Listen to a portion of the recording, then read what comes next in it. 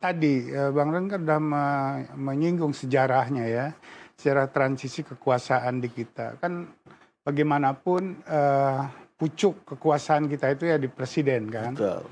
Oleh karena itu harapannya kerukunan antara elit, antara generasi bahkan, itu diharapkan menjadi semacam contoh tauladan bagi masyarakat kita bahwa perbedaan itu bisa diselesaikan secara baik, kira-kira begitu. Dan antara satu kepemimpinan berikutnya, antara satu generasi dan generasi berikutnya harus ada kesinambungan, kira-kira kayak gitu. Yang saya lihat adalah tadi kan dari Bung Karno ke Pak Harto itu tidak mulus, dari Pak Harto kepada Pak Habibie juga tidak mulus, tidak menyenangkan. Dari Pak Habibie ke Gus Dur mungkin itu oke.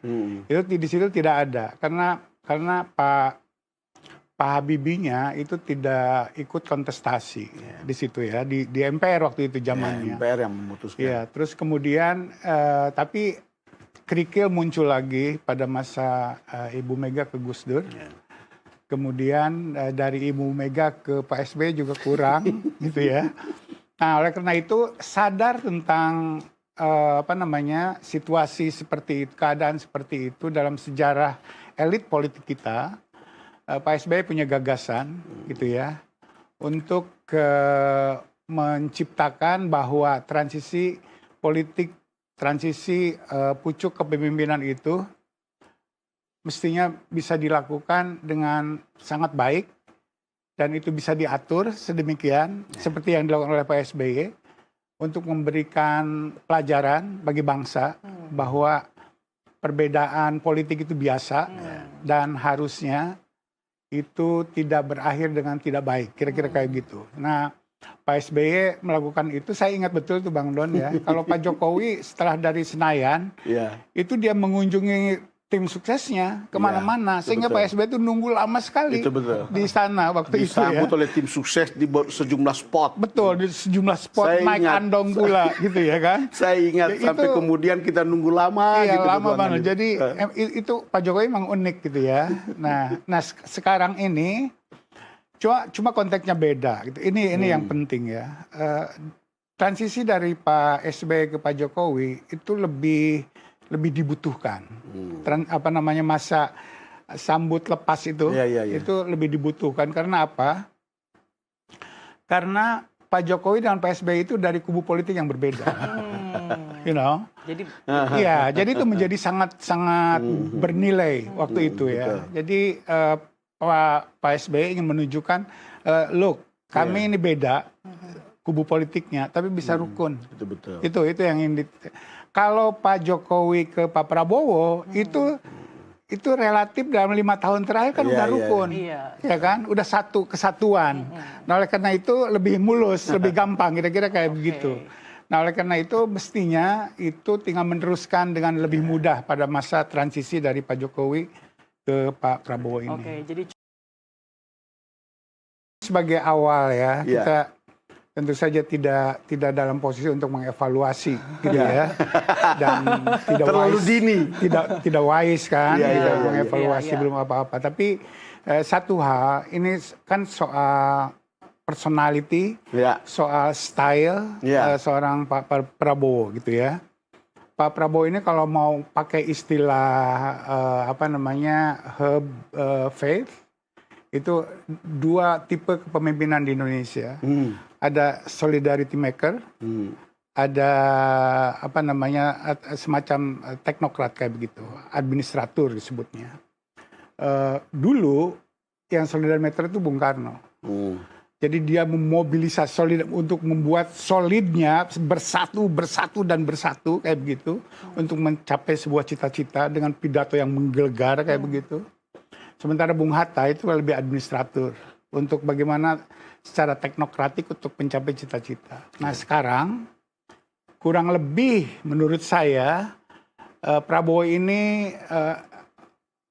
kopi atau mirip dengan Bung Karno. Jadi gaya kepemimpinannya adalah lebih solidarity maker gitu ya, menggerakkan gitu ya, menginspirasi membuat orang tergerak hatinya, tapi bagaimana untuk mencapai itu bukan urusan dia. Nah, oleh karena itu kabinet menjadi sangat-sangat krusial untuk menerjemahkan, sebutlah cita-cita tadi. Pak Prabowo baru menggariskan cita-cita atau target-target atau keinginan-keinginan. Tapi bagaimana untuk mencapai itu soal yang lain lagi nantinya gitu ya. Nah, tadi satu. Misalnya agak spesifik saya menarik gitu tentang swasembada pangan. Mungkin di antara tokoh-tokoh nasional, di antara politisi, calon presiden yang sangat intens menekankan swasembada pangan itu Pak Prabowo. Betul. Kalau kita ikuti ya, dari dulu dia mau jadi calon presiden 2004, itu betul. Itu Bang Don, gitu ya. Kita ngikuti itu, yang ditekan itu swasembada pangan. Bahkan dikasih wewenang oleh Pak Jokowi untuk ngurusi swasembada pangan di Kalimantan, food estate. Bayangin dia Menteri Pertahanan dikasih ngurusin beras, kan kayak gitu. Karena apa? Karena concern Pak Prabowo yang sangat besar bahwa itu tercapai tidak itu soal yang lain lagi. Tapi concernnya sangat besar untuk soal swasembada pangan ini. Oke, tapi kan kalau misal dibandingkan dengan zaman Soekarno dulu ya, rakyat kan sudah beda gitu. Dalam arti kita sudah semakin cerdas, sudah semakin lebih kritis begitu ya. Nah, apakah orasi ataupun pidato Pak Prabowo tadi itu bisa masuk ke hati rakyat? Saya kira sebagai garis besar gitu ya, garis-garis besar sudah, maaf, garis-garis besar beliau mau bekerja kemana arahnya, saya kira itu satu hal yang penting disampaikan, tapi kalau menggelegar kayak gitu soal personality gitu ya.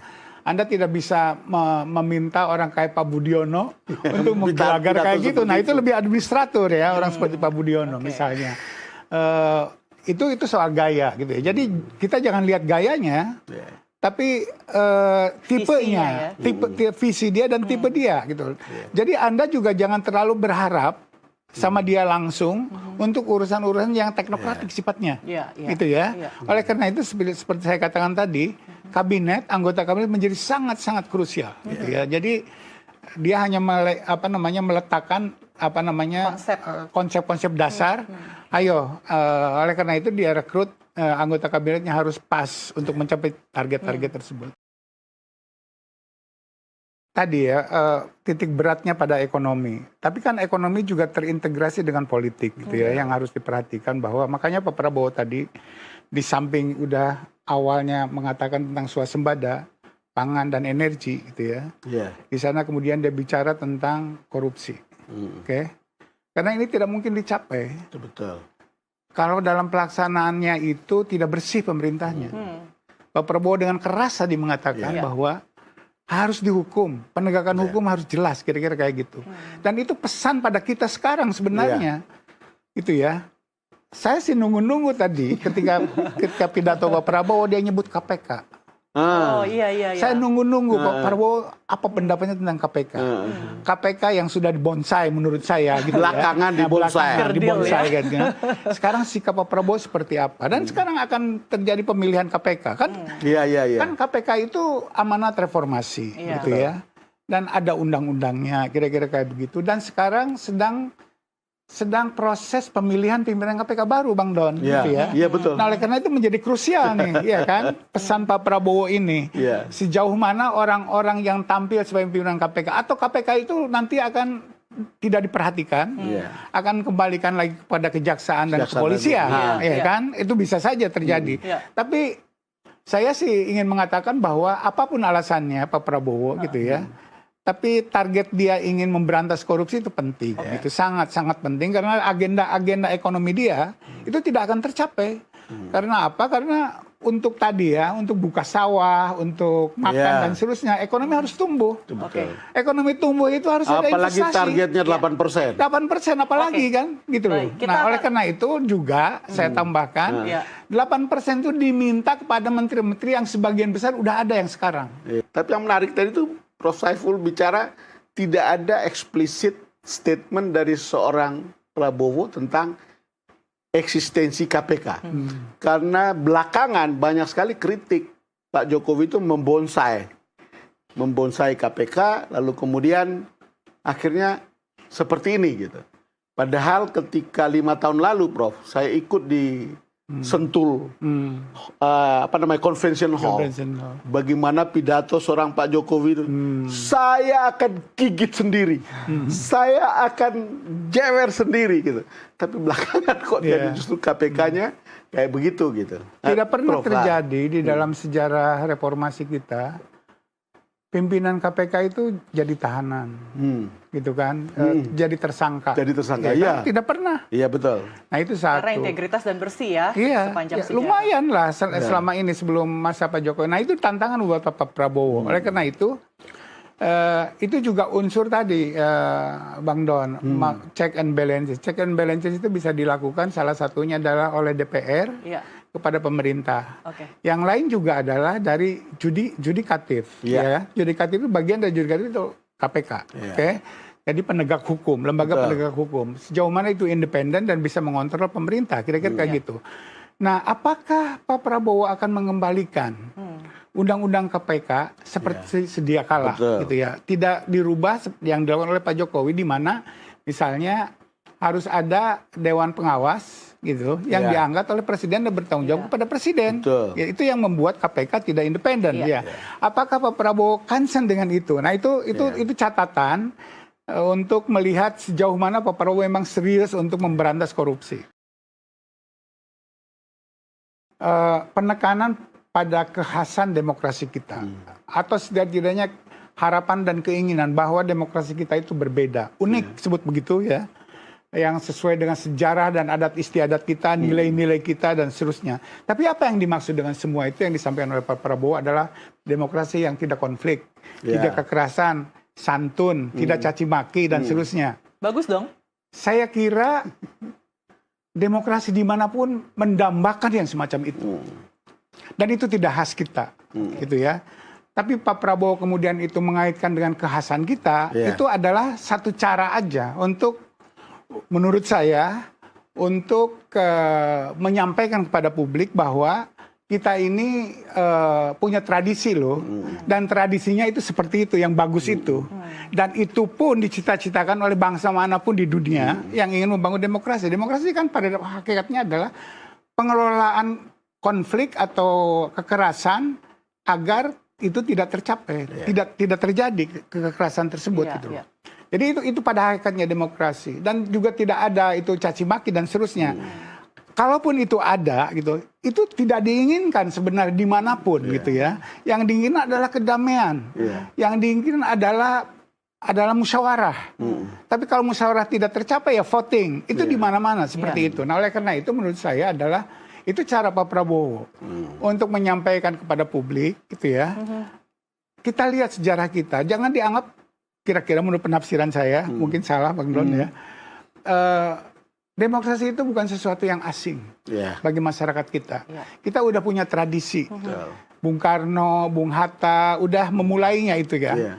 Dan orang-orang ini kan ketika merumuskan konstitusi lewat perdebatan yang sangat keras di BPUPKI. Walaupun harus dicatat bahwa akhirnya mereka tidak cukup berhasil untuk membangun sebuah kebangsaan karena konstituan dulu itu tidak berhasil merumuskan fondasi bangsa gitu ya. Akhirnya diambil alih oleh Bung Karno dengan dekret, iya kan?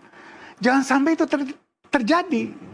Gitu ya. Jadi menurut saya adalah ada sesuatu yang tetap harus kita perhatikan. Jangan sampai hal-hal yang fundamental tersebut terulang kembali di kita.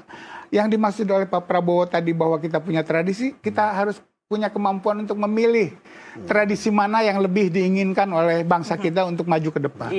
Satu hal yang Bang Don ya, yang jadi PR sebutlah ya, PR kita sebagai bangsa yang dipimpin oleh Pak Prabowo gitu ya. Jadi kemudian pertama-tama dari kepalanya dulu, dari pimpinannya dulu, PR Pak Prabowo ya untuk membawa kita dalam kehidupan ke depan adalah bahwa banyak sekali orang-orang ahli tentang Indonesia. Bahkan juga dari penilaian masyarakat sendiri, bagaimana kondisi demokrasi kita sekarang. 10 tahun di bawah Pak Jokowi. Kalau menurut ahli-ahli sih, Kita kayak kurva bel. Naik ke atas kemudian turun lagi. Nah, itu. Ya kan? Dan kita itu survei SMRC juga begitu? Begitu. Dan bukan SMRC. Kalau SMRC surveinya itu penilaian menurut rakyat. Ini menurut ahli. Itu polanya sama, Bang. Jadi kita dari zaman Orde Baru di bawah gini, demokrasinya naik ke atas, zaman SBY itu puncak di atas, kemudian zaman Pak Jokowi turun lagi ke bawah. Nah, sekarang tugas kita sebagai bangsa yang dipimpin oleh Pak Prabowo ini adalah bisa nggak kita menaikkan kembali? Itu dia. Tugas bangsa, tugas kita atau tugas Pak Prabowo? Iya, Pak Prabowo yang mimpin kita kan itu udah jadi presiden sekarang. Nah, satu hal yang hilang dan ini berkaitan dengan tadi pidatonya Pak Prabowo adalah demokrasi yang hilang terutama di kita itu adalah unsur check and balances. Check and balances. Check and balances itu mengharapkan, gitu ya, bukan konflik, tapi itu adalah mekanisme untuk membangun sebuah check and balances. Ada kekuatan politik di DPR yang independen, yang di luar pemerintah. Oleh karena itu saya mendengar Bang Don dan mudah-mudahan Pak Prabowo menyambut dengan baik adalah partainya Bang Surya. Nasdem menyatakan tidak bergabung di dalam, akan mendukung Pak Prabowo dengan gagasan-gagasan dari luar. That's good. You know. Juga hadir tidak hadir. Nah, jadi hadir. Pak Prabowo, Pak Surya Paloh, Nasdem hadir, gitu ya. Dan tapi tidak akan masuk ke dalam kabinet. Kira-kira begitu. Saya tidak melihat juga PKS, gitu ya. Padahal yang saya tahu PKS itu berharap masuk ke dalam, tapi saya belum melihatnya sekarang secara personal orang PKS. Ketiga, PDI Perjuangan, ya kan? Ibu Mega tidak hadir tadi kan? Itu menurut saya tanda-tanda yang positif. Itu bukan konflik, gitu ya. Itu adalah bagian dari demokrasi dan bagian dari persatuan, Bang. Jadi jangan dikonflikkan kayak begitu. Persatuan kita yang dimaksud Indonesia tadi sudah kita dari awal katakan, Indonesia itu sangat besar, gitu ya. Tidak bisa dilihat dari bisa hanya karena duduk di satu meja. Satu meja dan ada di Senayan tadi. Gitu. Nggak semuanya in frame ya. Jadi semuanya itu dalam kerangka Indonesia yang besar tersebut. Di situ harus ada orang yang secara konstitusional ditugasi memang untuk mengawasi pemerintah. Harus ada. Dan nggak perlu harus mayoritas. Kalau tadi 3 partai aja itu ya, ada di luar, tidak anggota kabinet gitu, itu udah sangat bagus. Dan kita berharap Pak Prabowo menerima itu sebagai kenyataan yang dibutuhkan oleh kita untuk kembali menaikkan itu. Demokrasi yang tadi turun, kembali naik ke atas. Orang-orang yang dipanggil tersebut ya, untuk menteri maupun wakil menteri, mungkin kurang dari 25% yang saya tahu. Gitu ya. Saya aja yang relatif ngikutin politik, itu banyak sekali yang saya tidak tahu. Gitu ya. Padahal pengetahuan publik itu salah satu cara untuk mengukur akuntabilitas pejabat publik yang mau diangkat kan, tahu aja tidak mau gimana kita menilai kan begitu ya. Jadi itu menutup pintu buat warga untuk menilai orang-orang diangkat oleh Pak Prabowo, itu satu. Kedua adalah apakah orang-orang yang dipanggil tersebut itu secara organik akan mampu merealisasikan agenda-agenda besar Pak Prabowo. Itu yang paling utama gitu ya. Tadi Bang Don bilang cukup banyak menteri-menteri Pak Jokowi berada di situ gitu ya. Jadi udah punya cukup pengalaman. Cuma satu hal Bang Don yang saya juga udah tweet. Satu hal, target misalnya ekonomi. Target ekonomi Pak Prabowo itu cukup tinggi. 8-9%. Oke?